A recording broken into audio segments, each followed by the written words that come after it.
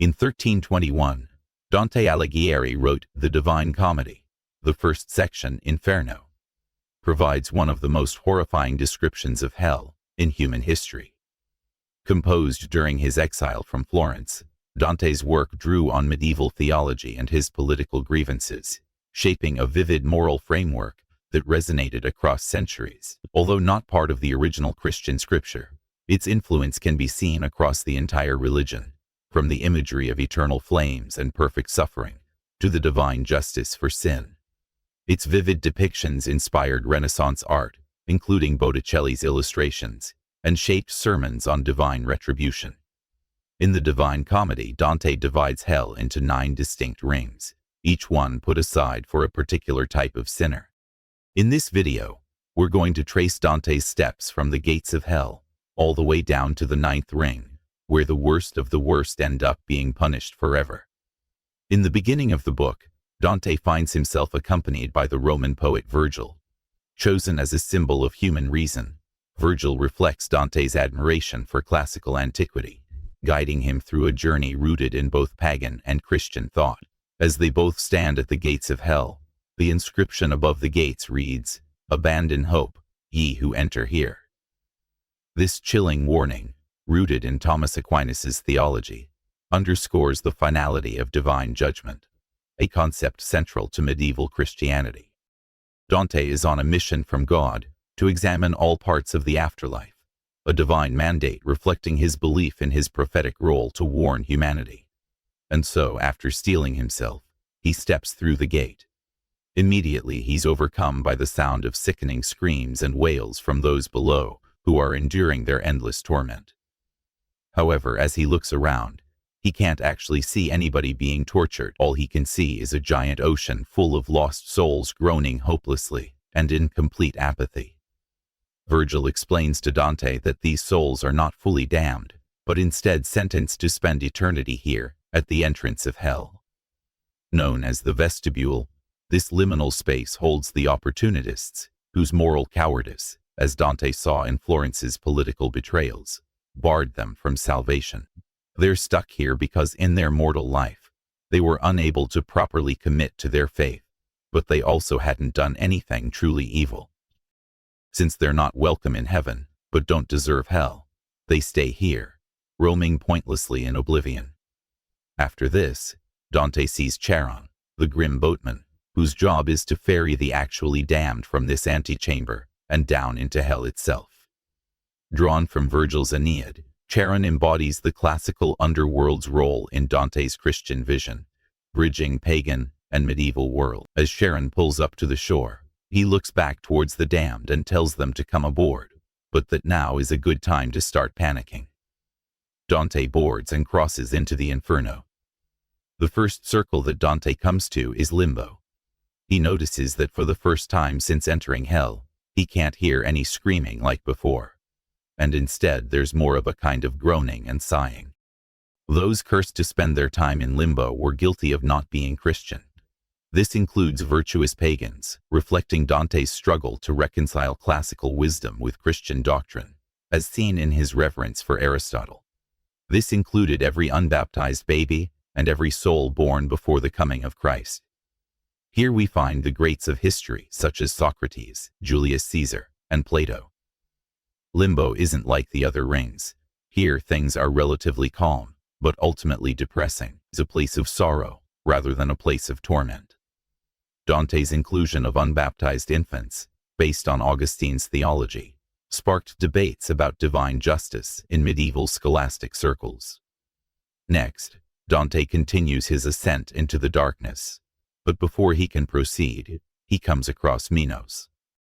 As the souls file in beside him, they must all stand before Minos, who is the judge of the Inferno, and will send each soul to the circle of hell which best suits their sins. Derived from Greek mythology, Minos' role as judge mirrors medieval legal systems, emphasizing Dante's belief in ordered punishment. Minos is so terrifying that those who stand before him cannot help but confess their crimes in full honesty, at which point Minos will send them to the appropriate circle. If a soul is guilty of multiple different sins, he'll be punished for the most severe. After a brief conversation, Dante passes by Minos and descends into the second ring of hell, lust. Here, everyone who is guilty of adultery, fornication, incest, seduction, or promiscuity will spend eternity being blown around endlessly by gale force winds. The idea is that the punishment must fit the sin, a concept known as contrapasso, a term Dante adapted from scholastic philosophy to align sin with its poetic justice. And so, just as they were blown from one act to another by the winds of their own lustful appetites, so they will be battered against the buildings and pushed with great gustful of history, such as Helen of Troy and Cleopatra. Their inclusion reflects Dante's critique of romantic love as a destructive force, echoing medieval courtly love debates. As Dante travels further and further down the circles, the punishments will get more and more extreme, and Dante already struggles to believe just how cruel their fate is. This is only ring 2. Next, Dante enters the third ring, gluttony. Here are all those who were overeaters, binge drinkers, hedonists, and the wasteful.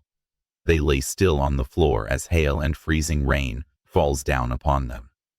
The only people in motion are those being hunted by Cerberus, a three-headed dog whose job is to chase the souls around endlessly and tear them to pieces in his 3 jaws.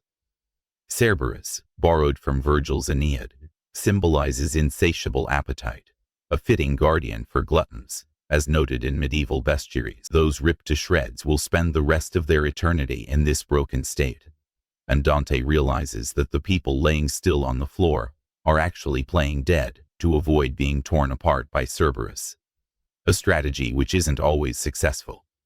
Eventually, Cerberus tries to attack Dante, but through some quick thinking, Virgil is able to throw dirt in the dogs' mouths, and they escape.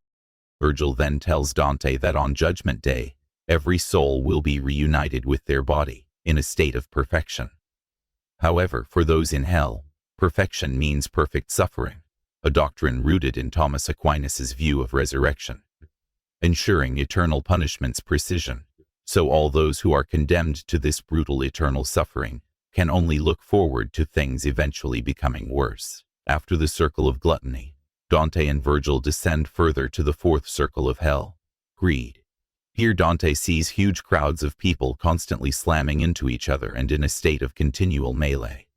They clamber over bags of money and smash each other over the heads with these massive money bags, leaving each and every soul with a face that can't be recognized.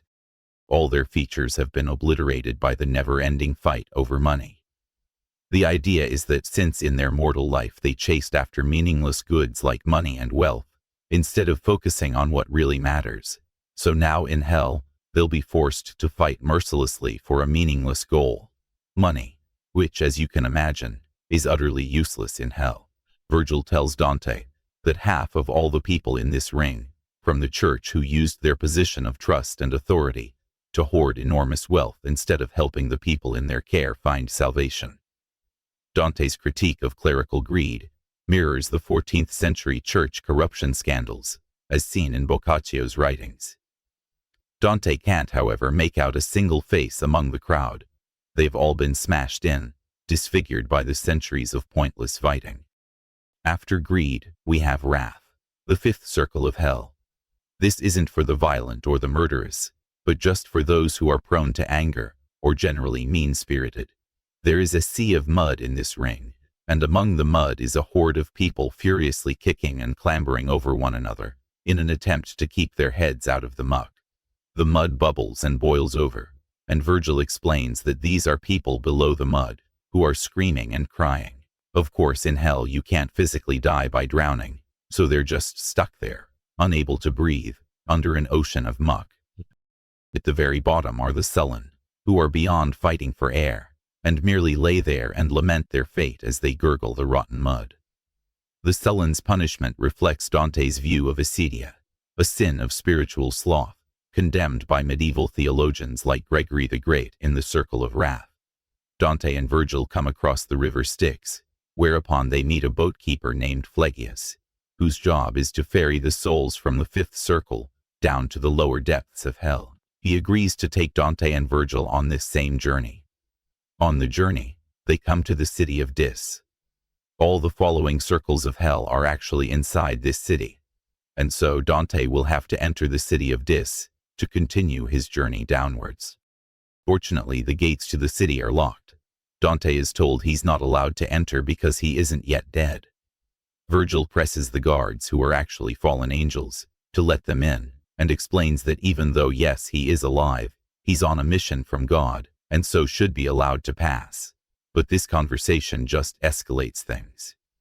The fallen angels call for Medusa, and Dante and Virgil have to cover their eyes so they're not turned to stone and trapped in hell forever. Medusa's presence, drawn from Ovid's Metamorphoses, symbolizes despair's paralyzing power, a threat to Dante's divine mission. At this point, an angel comes down from heaven, casually walks across the river Styx, parting the river as he walks, and touches the gates. The angel explains that Dante is in fact on a mission from God, and anyone who tries to intervene will be punished. And with that, the path to the city now lays open, and Dante and Virgil have witnessed the power of divinity firsthand. The angel, once inside this, Dante and Virgil find themselves in the sixth layer of the Inferno. It marks an important milestone on the journey. The previous sins were all sins committed against the self, but from the sixth ring onward, all punishments are for sins against others. The sixth ring itself is for heresy, those who speak out against Christianity or God. Here the damned are forced to lay in stone tombs, which are placed over scalding flames. Those inside are roasted alive for eternity. Fallen angels continually walk along the tombs, making sure everyone is laying down properly and suffering as they should be. Heresy's punishment reflects Dante's Florentine context, where Guelph Ghibelline conflicts, fueled by Villani. Next, they move to level 7, the Ring of Violence, which itself is divided into 3 parts. The outer ring is for violence against others. The next ring is for violence against the self. And lastly, the central ring is for those who commit violence against God. The outer ring is the river Phlegethon, made from boiling blood. The idea is that those who spilled blood in life are now forced to eternally be scalded in the furiously hot blood. Here we find Alexander the Great, since so many died under his campaigns across the Levant and Persia. Alexander's inclusion reflects Dante's condemnation of imperial ambition, aligning with medieval critiques of tyranny by Bartolus. The next ring is somewhat less dramatic. Instead, it's remarkably still. It's a dead forest made from trees with no leaves. He can, however, still hear screaming, even if he can't see anyone. Virgil tells Dante to reach out and snap a branch. As he does, the tree wails in agony, and blood pours from the open branch. Since they've rejected God's world, they have to live here in hell without God. Since they rejected their bodies, they will forever have to live in something that is not their body, eternally in pain, as they grow fruits to be plucked and eaten by the beasts of hell. This punishment draws on patristic views of suicide as a sin against God's gift of life, as articulated by Augustine. Lastly, the inner ring, in which people are forced to walk on a sandpit. The sand is red hot, because fire is falling down onto the ring. This is where people are screaming the loudest. After a while, people's feet are subject to unthinkable pain as the heat bears into them, and centuries of walking take their toll. But if they sit down, they're forced to stay in that position for 100 years, with the hot sand eating away an even larger portion of their body. Many in this ring are usurers, or moneylenders. They broke God's natural law, which is the same to Dante as violence against God. The natural law they broke was that from effort beget results, and since they lent money with high interest rates, they were able to get big results with no real effort. And after violence, Dante heads to the 8th circle, fraud. Like violence, fraud is made up of concentric rings, but this time each ring is a trench, called a bolgia, and there are 10 in total. Depending on the nature of their fraud, the punishments vary slightly, but they are all very similar in nature, although vary in severity. Those who betrayed love are forced to sprint from one end to the other, being whipped if they slow down. Those who corrupted politicians or were themselves corrupt politicians are submerged in boiling tar. The hypocrites are forced to wear beautiful robes, but underneath the robes are unbearable weights in which they are forced to walk for eternity. Thieves have their hands tied behind their backs and are chased by giant scorpions, which can sting them to a pile of ashes before they regenerate and do it all again in an endless cycle of torment. The Bolgia structure, inspired by Aristotle's Nicomachean Ethics, categorizes fraud as a betrayal of trust, a sin Dante saw rampant in Florentine politics. After going through all 10 trenches with their unique variations to punish different kinds of fraud, Dante and Virgil are ready to enter the final and lowest circle of hell, the 9th ring. Again, like the previous 2 levels, this ring is divided into several parts. There are 4 in total. The one you go to depends on who you betrayed, whether it was your family, your country, your friends, or, worst of all, God. Unlike the previous levels, however, this final layer is cold, freezing cold. The sinners here are stuck under a frozen lake, with only their heads exposed. A great rush of frozen wind can be felt coming from deeper within the lake, and Dante looks around to see the sinners' heads at his feet. Many have faces completely frozen over with a layer of ice, as the tears from their eyes freeze onto their face in the blistering cold. The Cocytus Lake, named after a classical underworld river, symbolizes the betrayal's icy isolation, as per Dante's theological synthesis. As he walks onward, he finds 2 men with heads that are very close together, so close that one man is eternally eating the back of the head in front of him. Dante stops to ask why he's eating him, and the man behind wipes his bloody face and lips on the hair of the man in front, and explains that the man he is eating for eternity was a priest, who locked him and his family in a dungeon to starve. The priest is here for the act of treachery in which he locked this man in a dungeon, but the man himself is down here for betraying his family, since after being locked in the dungeon for days, his own children died from starvation. Shortly after their deaths, he himself gave in to the famine. Dante doesn't say it explicitly in the book, but it's implied that this man cannibalized his own children, which is why in hell he is forced to cannibalize the back of the priest's head forever. This episode, inspired by Ugolino della Gerhardesca's historical betrayal, shocked Dante's readers with its visceral horror. Here, Dante also comes across a bishop that he knew well in his own life, and when he asks why he's here, the bishop says that he murdered a guest in his own house. Dante understands how this crime could get him in hell, but he's wondering how the man came to be here, even though Dante knows he's still alive back on earth, at which point the bishop said that at the exact moment of sin, he was sent immediately here to hell, and that now a demon has possessed his body on earth for the rest of its natural life. This immediate damnation, based on Dante's theology, reflects the gravity of treachery as an instantaneous spiritual death. Dante and Virgil then move on to the center of hell, where they notice that strong wind again.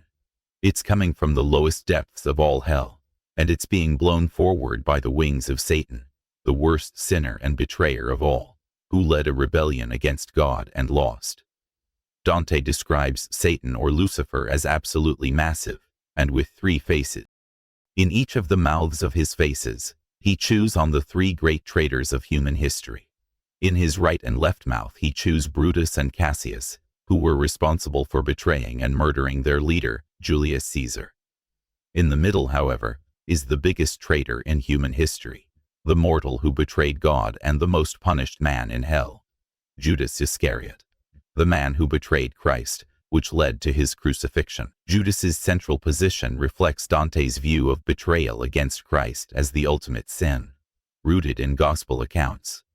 Lucifer himself is also in a great deal of suffering, covered in blood and tears, which leak from each of his eyes, from each of their respective heads, eternally punished like the other souls in hell, until the end of time.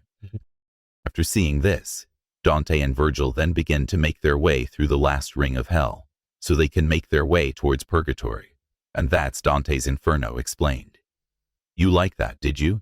You're still here, so I'm guessing you did, and if that's true, click one of these videos here to watch more. It's the best way you can support our channel and help me. In the meantime, thanks for watching, it really helps.